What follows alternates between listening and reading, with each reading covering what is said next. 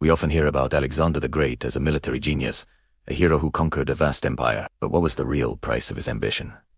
His conquests didn't just redraw maps, they reshaped entire cultures, and not always for the better. This is the story of a cultural collision, one that left a legacy far more complex than the tales of glory would have you believe. Imagine you're living in the mighty Persian Empire. Your civilization has flourished for centuries, with its own rich traditions, art, and systems of governance. Then, from the west, comes a young king named Alexander. His Macedonian phalanx is an unstoppable force, and soon, your world is turned upside down. The burning of Persepolis wasn't just the destruction of a city. It was a symbol of an old world being consumed by a new one. The flames didn't just claim buildings. They devoured libraries, artworks, and generations of accumulated knowledge. For the people who lived there, it was the end of everything they knew. This process, which historians call Hell, was a deliberate spread of Greek language, culture, and ideas across the conquered lands. Alexander and his successors built new cities modeled after Greek palaeus, complete with theaters, gymnasiums, and temples to Greek gods.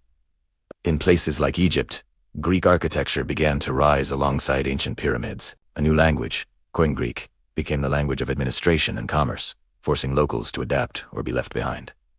For many, this was a cultural erasure. Imagine being an Egyptian woman, your traditions tracing back thousands of years. Suddenly, you're living in a city named Alexandria, ruled by a Greek-speaking elite. Your gods are being equated with Greek deities, and your way of life is seen as secondary, even barbarian.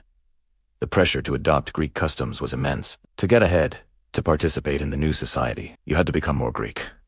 Over time, this led to the gradual fading of indigenous languages and identities. The rich tapestry of cultures that had defined the Near East and North Africa for millennia began to fray, while Hellenization did lead to some incredible innovations in science, philosophy, and art. Through cultural fusion, we can't ignore its destructive side. It created a world where one culture was elevated above all others. The achievements of Alexander's empire were built on the foundations of conquered and often suppressed civilizations. So, the next time you hear about the glories of Alexander the Great, remember the other side of the story. Remember the Persian soldier defending his homeland, the Egyptian woman watching her world change forever. The legacy of Alexander is not just one of conquest, but also one of profound cultural loss. A reminder that history is always written by the victors.